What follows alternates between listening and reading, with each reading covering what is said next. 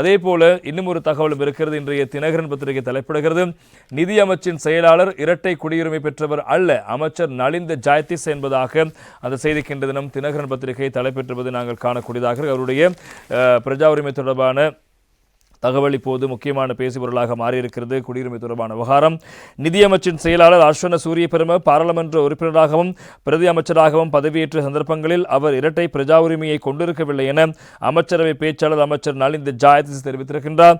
அமைச்சரவை தீர்மானங்களை வைக்கும் வாராந்த ஊடக சந்திப்பில் நேற்று தின கருத்துக்களை முன்வைக்கும் போது இந்த விடயங்களை அவர் சுட்டிக்காட்டியிருக்கிறார். இதன்போது நிதியமைச்சின் செயலாளர் இலங்கை மற்றும் ஆஸ்திரேலியா ஆகிய இரு நாடுகளிலும் பிரஜா உரிமையை கொண்டுள்ளாரா என்பது குறித்தும், அவர் இலங்கை பாராளுமன்ற உறுப்பினராக பதவியேற்ற போது தனது ஆஸ்திரேலிய பிரஜா உரிமையை உத்தியோகபூர்வமாக துறந்தாரா அல்லது துறப்பதற்கான விண்ணப்பத்தை மாத்திரம் சமர்ப்பித்திருந்தாரா என்பது குறித்தும் ஊடகவியலாளர்களால் கேள்வி எழுப்பப்பட்டது.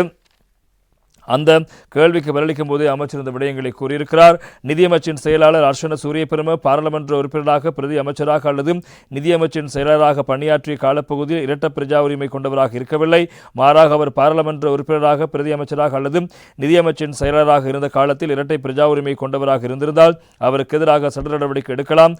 எவ்வாறு இருப்பினும் அவர் பிரஜா உரிமையை கொண்டிருக்கவில்லை என்பதை நான் பொறுப்புடன் கூறிக்கொள்ள விரும்புகிறேன் என்பதாகவும் நேற்று தினம் அமைச்சர் நலிந்த ஜாயதிஸ் அவர்கள் குறிப்பிட்டிருந்தார்.